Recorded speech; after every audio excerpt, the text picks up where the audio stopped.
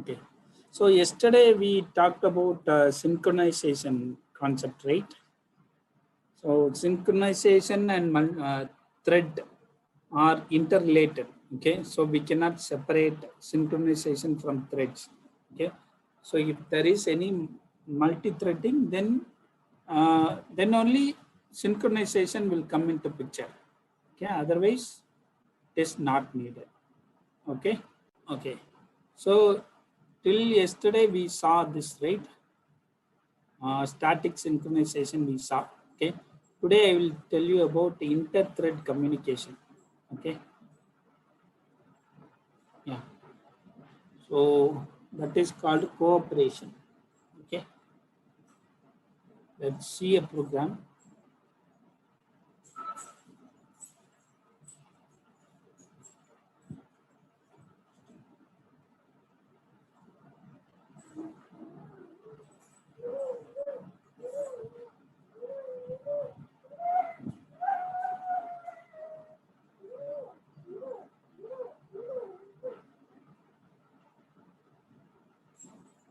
Okay.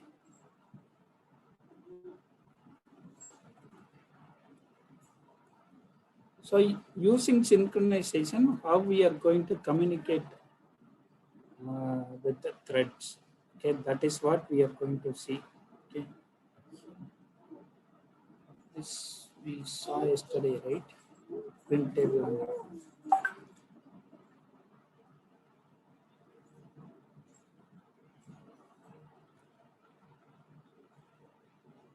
So this we saw yesterday.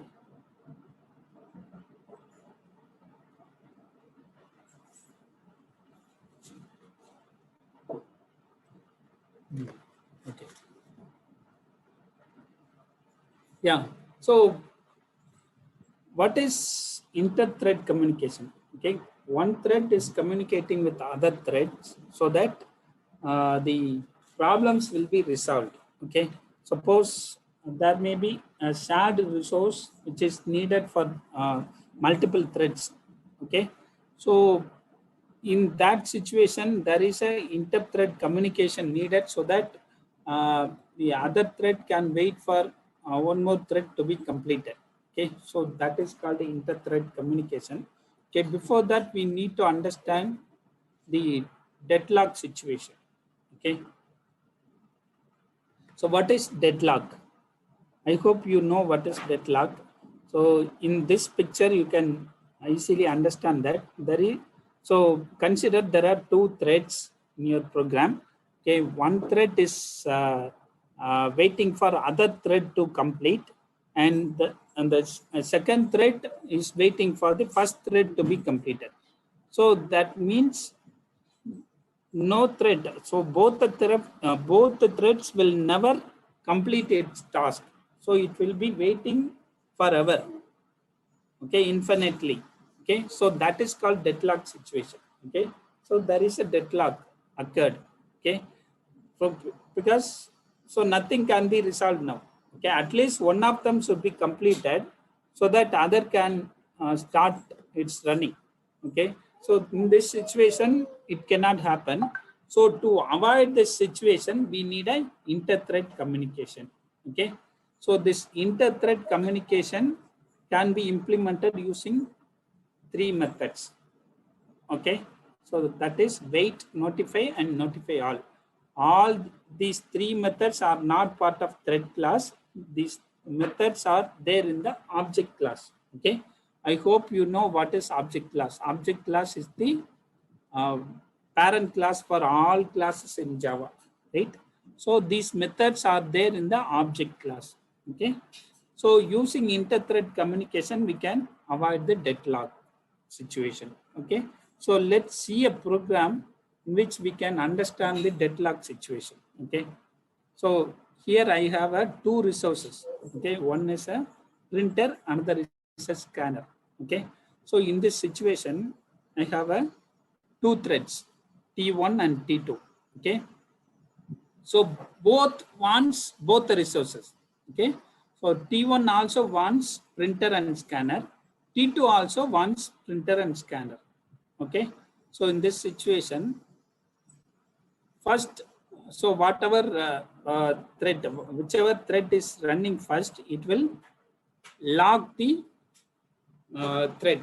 That means resource. It will lock the resource until it completes the process. Okay, it completes its task. Okay, during that time, another thread cannot access that resource.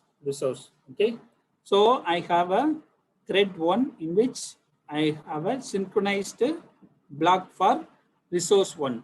Okay, so if T1 threads enters into this block, okay, then T2 cannot access 1. Okay, that is the situation.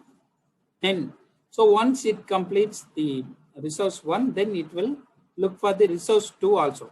Okay, so thread 1 locked to resource 2. So whenever enters into this area, then it will lock it. Okay, like that we have a thread 2 also. Thread 2 first wants the resource 2. Okay, that is a scanner. Okay, and so once it's complete the resource 2, then it is looking for resource 1. So in this situation, thread 1 will be locking the resource 1 first. Okay, so in this situation, thread 1 will lock the resource 1 and thread 2 will lock the resource 2. Okay, so that means both the thread cannot access the second resource. Okay, for thread 1, resource 2 will not be available. For thread 2, resource 1 will not be available. This is called deadlock situation. Okay, so how we are going to, I am going to start T1 and T2 parallelly. Okay, let's run this. Okay, see, thread 1 locked to resource 1, thread 2 locked to resource 2. So it can never enter to this block. That means thread 1 will never have access to thread resource 2 because it is already locked by thread 2. Okay, and thread 2 will not be able to enter into this block because thread 1 already locked this resource 1. Okay. So this is called deadlock situation. Okay, to avoid this, we have a inter-thread communication. Okay, so in this situation, we may need some inter-thread communication. Okay, let's check how it can be implemented. Okay, so to implement inter-thread communication, we need to use these 3 methods. Okay, so these 3 methods, using these 3 method, I have implemented one logic. So suppose you consider there is a bank. Okay, one customer is going to the bank. Okay, and is trying to withdraw some amount from his account. Okay, but unfortunately the amount is not available. The expected amount is not available in his account. Okay, so in this situation, someone has to deposit the amount. Okay, then only he can take it, right? So in this situation, how we can implement the inter-thread communication so that the problem can be solved. Okay, so I have a okay, I have my class, public class test thread communication. Okay, here I have a customer object. Okay, so customer object, in customer object, the deposit, that means available amount is 10,000. Okay, and in customer object, we have a withdraw function and deposit function. So customer can do both withdraw and deposit. Okay, so let's see. First, customer is trying to withdraw some 15,000. Okay, so I have a new thread.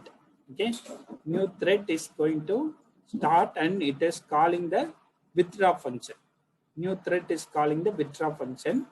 So, but it is trying to withdraw above the limited amount. That means only 10,000 is available, but it is trying to deposit. That means withdraw more than that amount. Okay. So in this situation, it has to so customers should be notified like less balance waiting for deposit. Okay, so if the available amount is less than the requested amount, then it will notify less balance waiting for deposit.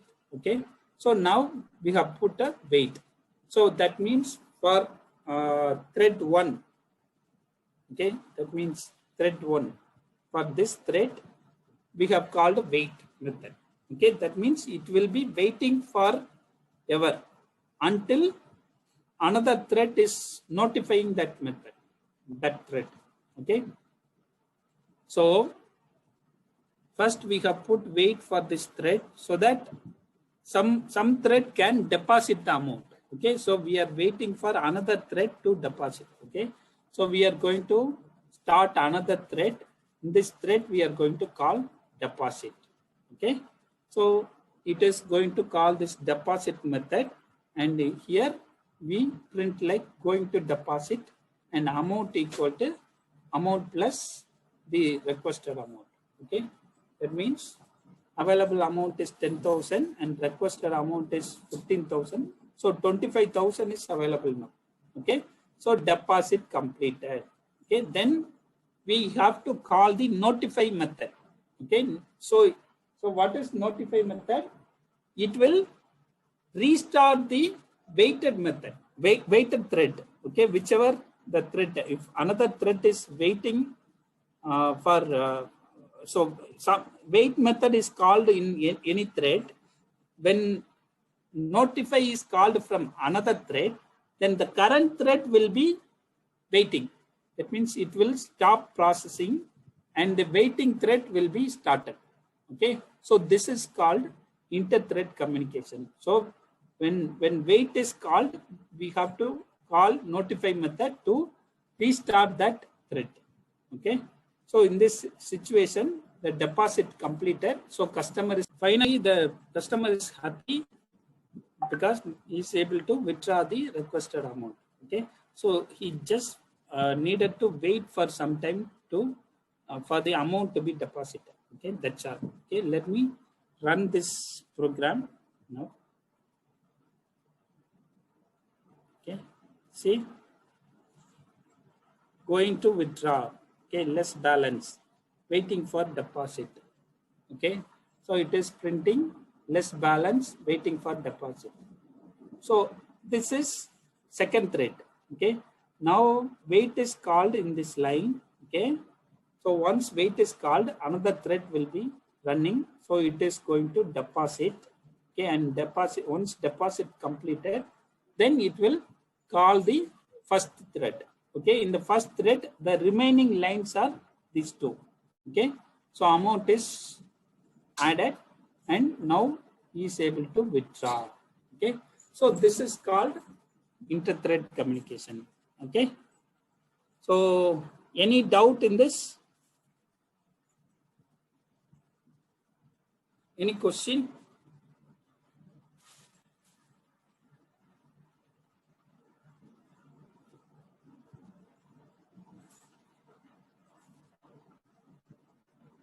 So if you re-look into this program, then it will be easy for you to understand. Okay, first time there may be some difficulty to understand. Okay, please go through the program so that you can understand it better. Okay, let me copy this program in the chat box. Okay, so you can also copy it and you can use it. Okay, please go through the program so that you can easily understand. Okay. So, okay, so I hope you understand what is wait and notify methods, right? Wait will stop the current thread to from running.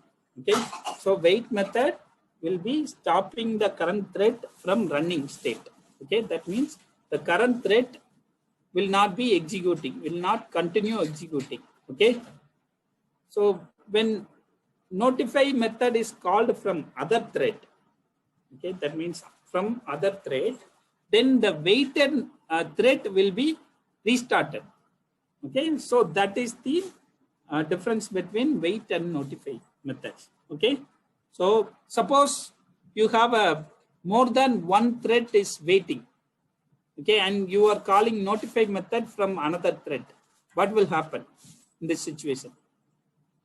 Any answer?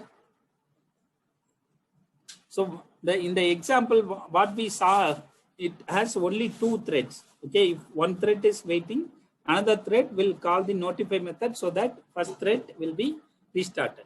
But so you called wait method in multiple threads. Okay, and you are calling notify method. In this situation, which thread will be restarted? Any answer? Okay, let me answer. Yeah, correct. So all your answers are correct. All of you are correct, but you cannot predict. Okay, so since it's a thread, okay, any one of the waiting thread will be restarted.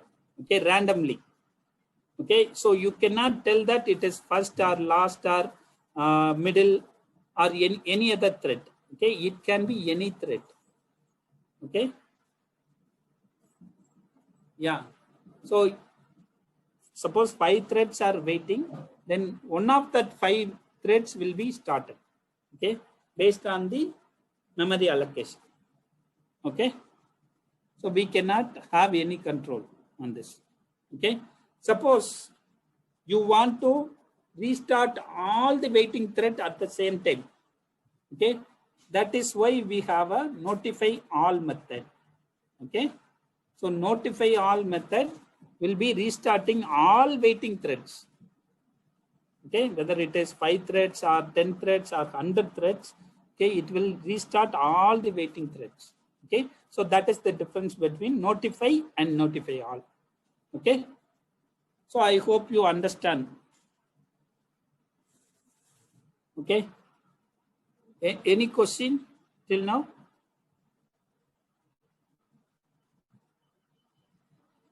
So with this, I'm ending the thread concept. See, all the other methods till now we saw in the thread are part of thread class. Okay, only wait, notify, and notify all methods are part of object class. Okay, but it will be used in the thread communication. Okay, yeah. So let me move to the next topic.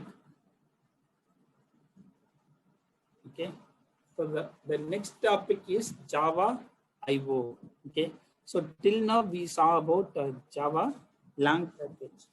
Okay, java.lang package. Okay, in the string, thread, everything is under lang package only.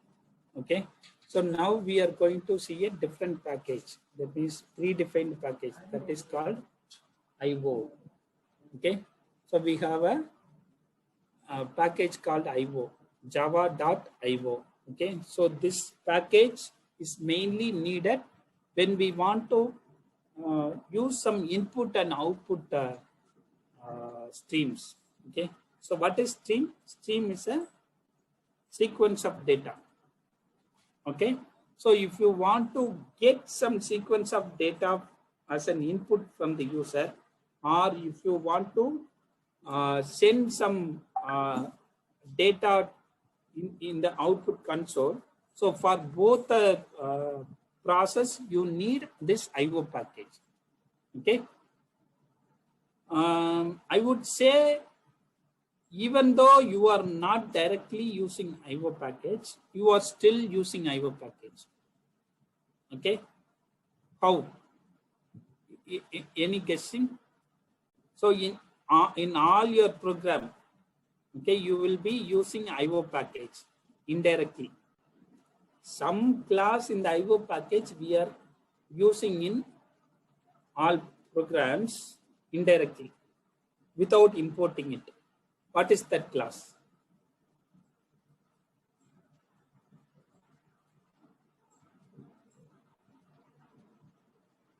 String, no. String is a lang package, right?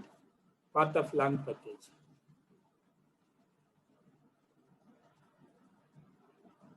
Any other guesses?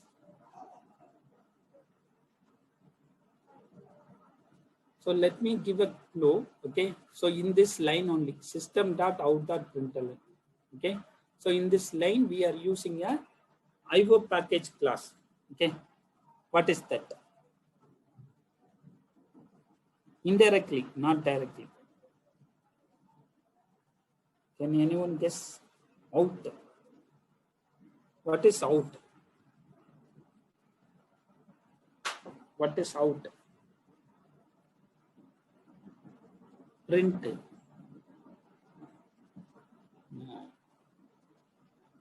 No. System.in. What is system.in? Okay. Tell me the class name alone. Any guesses? Main. No. Class name will always start with the capital letter. Okay, system. Yeah. Aditya is telling, right? No. System is part of lang package only. System is not IO package class. System.io. What is .io? No class will be having dot in it, right? Okay, first of all, output stream, no.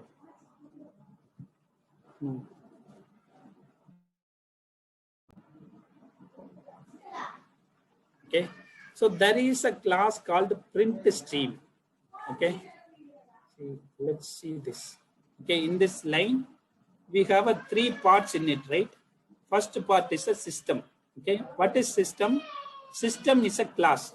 Okay, the system class is there in which package? Java.lang package. Okay, so system is a class. Okay, and then what is out? Out is an object of print stream class.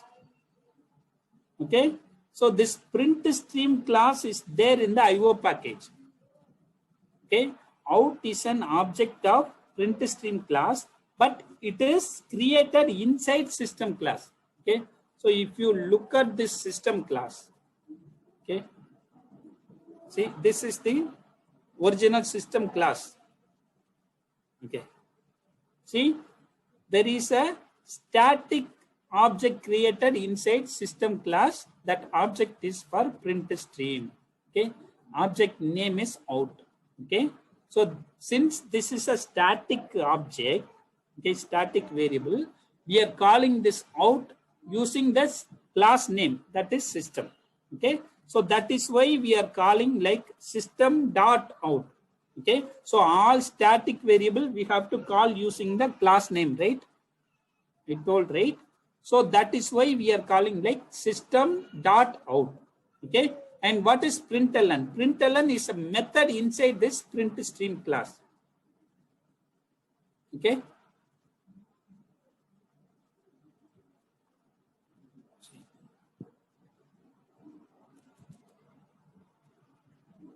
okay, see, println is a method available inside print stream class. Okay, so that means indirectly we are using print stream class whenever we are printing something in the console or command prompt. Okay, so have you understood now how we are using IO package indirectly in our program? Okay, so why print stream object is created inside system class? This is another question. Okay, I want you to find the answer. Okay, if you can't find the answer, I will tell you tomorrow. Okay, so this is the open question to you all. Okay, why print stream object that is out created inside system class? Okay, what is the reason? Okay, so this is open question. I'm not going to reveal the answer today. Okay, yeah. So now you understand what is IO package, right? IO is nothing but an input and output.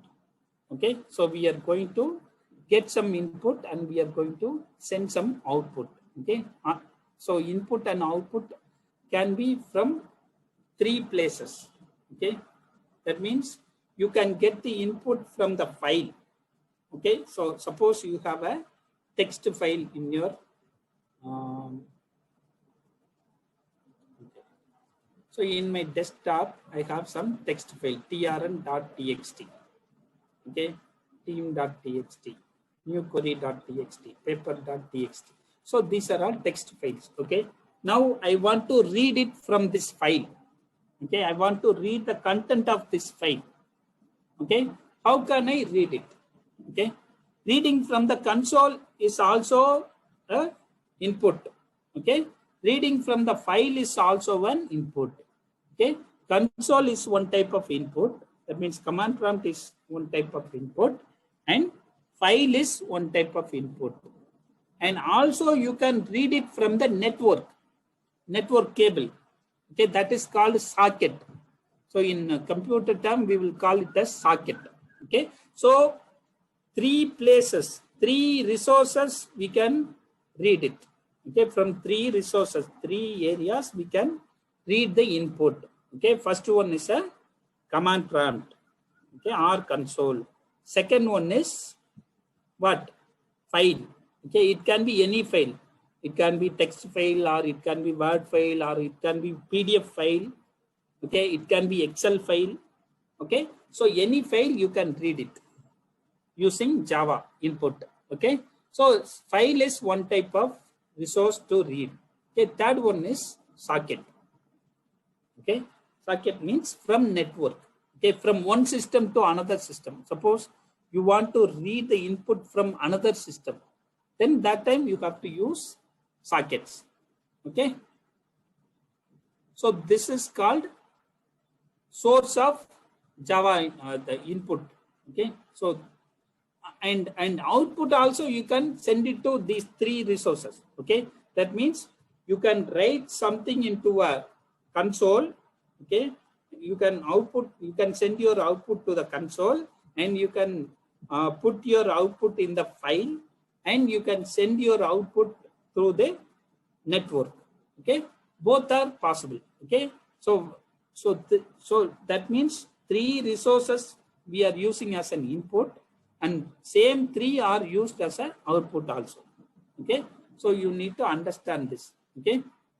So here you need, so any data, any sequence of data, we call it as stream, okay. And we have a three streams mainly we are using. One is a out is a output stream. Out means output stream, okay. I already told, right? Out is an object of print stream class, okay. We have a print stream and we have an input stream, okay. So for reading the input, we will use input stream. For writing the output, we will use output stream, okay. So that is the difference between input stream and output stream. There are multiple input stream and multiple output streams are there, okay. We will see all of them one by one, okay. So we have a output stream and input stream. So example is like this. For output stream, you are using system.out.println. For input stream, we can use system.in.read. So it will read only one character from console, okay. So it will read a ASCII value of the character, whatever key you are typing. So it will return the ASCII value. ASCII value, okay. It will return the ASCII value, then that will be stored into an integer. That means read method will return an integer. So you can convert it into a character like char ch equal to char of I, okay.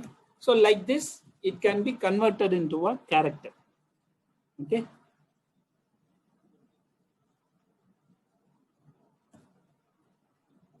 Okay. So third stream is error stream, okay. Suppose you want to print something, some errors alone in the console, then you can use system.error.println, okay. So it will only send the error message, okay. It will be considered as an error message, okay. So there are three streams we are using.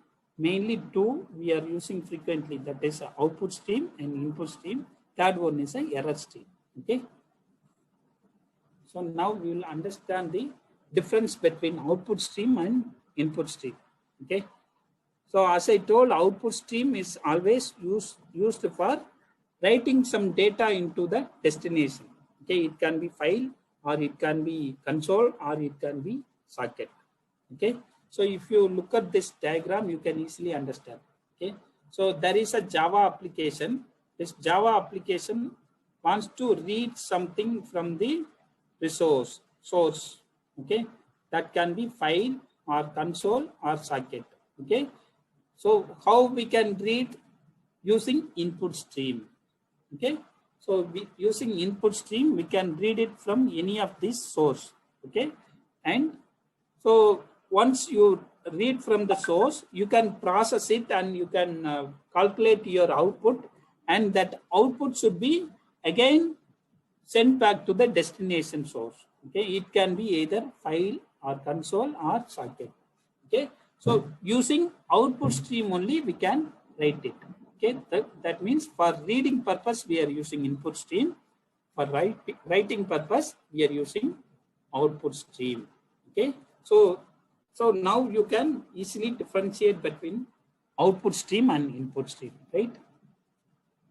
Okay, so there are multiple types of output stream are there, like exception hierarchy we saw, right? Like that we have a output stream and input stream hierarchy also. Okay, we will see those classes. Okay, so each one is called a class. Okay, some of them are abstract class, some of them are concrete class. Okay, concrete class are nothing but non-abstract class. Okay, see, this is called output stream hierarchy. Okay, so using this output stream hierarchy. Okay, so we will see one by one. So output stream is the topmost class. Okay, so there are 5 subclasses for this output stream. Okay, one is a file output stream. Okay, suppose you want to write something into the file, then you have to use file output stream. Okay, and suppose you want to write something into one array. Okay, byte array, that is byte array. Okay, byte array means you should know, right? Let me tell you. Byte array means like this.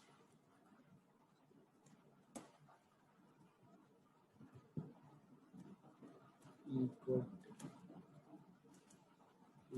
to new byte of 10. Okay. Suppose you want to write something into this byte array, then you can use byte array output stream. Okay, and if you want to filter something before writing into an output stream, then you can use filter output stream. Okay, so we will see examples for all these classes one by one. For now, I'm just explaining what is these stream classes, output stream classes. Okay, then we have a piped output stream. Okay, suppose you want to write into multiple files. Okay, then we can use piped output stream. At the same time, you want to write into multiple files, then you can use piped output stream. Okay, then we have an object output stream. Okay, so just you want to write it as an object, then you can use object output stream. Okay, so inside filter output stream, we have a data output stream, buffered output stream, and print stream. Okay, so this is the one we are using in the system.out.println. Okay, so this is called output stream hierarchy. Like that, we have a input stream also. Okay, so this is input stream hierarchy. Okay, so there is a superclass called input stream. Inside we have a file input stream, byte array input stream. So you can exactly change it to input stream. Whatever there in the output stream, you can just change the out to input. That's all. File output stream, file input stream, byte array input stream, filter input stream, piped input stream, object input stream. Okay, so inside filter input stream, we have a data input stream, buffered input stream, and pushback input stream. Okay, so these are all called stream. Okay, stream means it's a sequence of data. Okay, so it will not return the characters as it is, as like we are typing. Okay, it will be returning some byte kind of codes. Okay, so you have to convert into the character, original character, manually. Okay, so to avoid this, we have a direct read streams. Okay, buffered streams.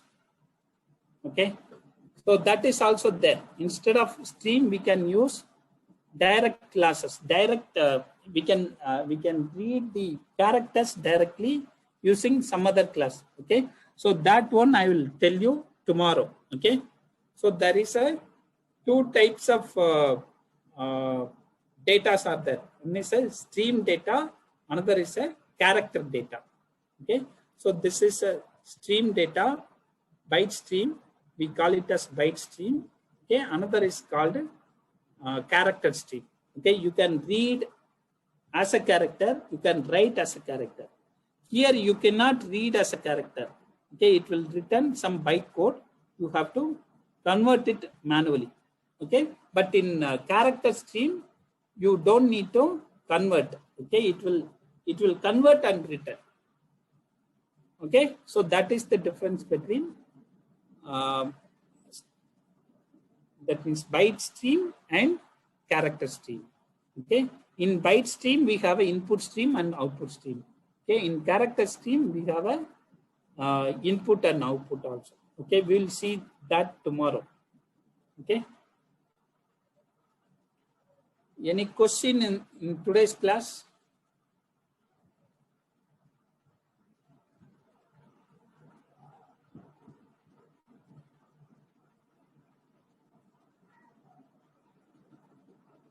I hope you understand this input and output stream. Okay, we will see examples of input and output stream tomorrow. So thank you all. We'll see you tomorrow.